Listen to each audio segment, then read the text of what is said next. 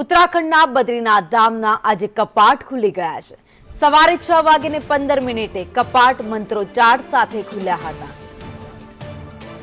21 quintal ફૂલોથી મંદિરનો શણગાર કરવામાં આવ્યો છે। ઉત્તરાખંડ મુખ્યમંત્રી પુષ્કરસિંહ ધામી પણ ત્યાં હાજર રહ્યા હતા।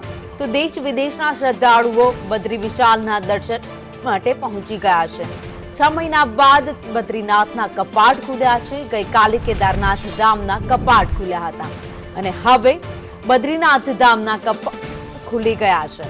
બદ્રીનાથના કપાટ ખુલતાની સાથે ચારે ધામના હવે દર્શન કરી શકાશે।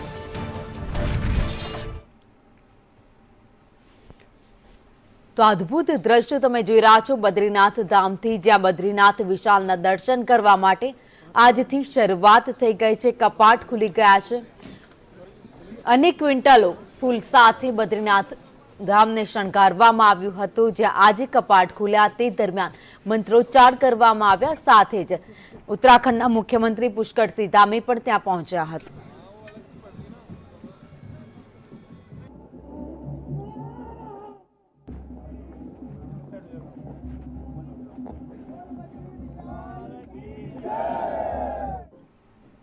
તો આ દ્રશ્યો તમે ઉત્તરાખંડથી જોઈ રહ્યા છો, જ્યાં બદ્રીનાથના કપાટ ખુલતાની સાથે જ હવે ચારે ધામના કપાટ ખુલી ગયા છે અને લોકો યાત્રા માટે રજીસ્ટ્રેશન કરાવી રહ્યા છે। અત્યાર સુધીમાં લાખો લોકોએ રજીસ્ટ્રેશન કરાવી દીધું છે અને કપાટ ચારે ધામના ખુલી ગયા છે। હવે લોકોનો જમાવડો છે દર્શન માટે એ જોવા મળશે। ગત રોજ 22 એપ્રિલે કેદારનાથ ધામના કપાટ ખુલ્યા હતા। હવે આજે 23 એપ્રિલે બદ્રીનાથ ધામના કપાટ ખુલી ગયા છે। આ બંને અદ્ભુત દ્રશ્યો જે અત્યારે જોવા મળી રહ્યા છે। ચારે કોર સફેદીની ચાદર, પર્વતોની વચ્ચે આ બંને ઢંકાયેલા મંદિર જે અદ્ભુત અત્યારે લાગી રહ્યા છે।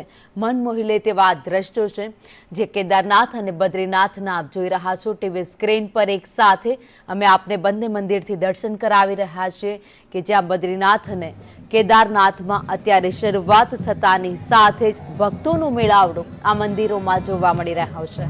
લોકો ઓનલાઈન રજીસ્ટ્રેશન કરાવી રહ્યા છે તો સાથે જ ઓફલાઈન રજીસ્ટ્રેશન માટે પણ લોકોની લાઈનો ઓફિસો ઉપર જોવા મળે છે।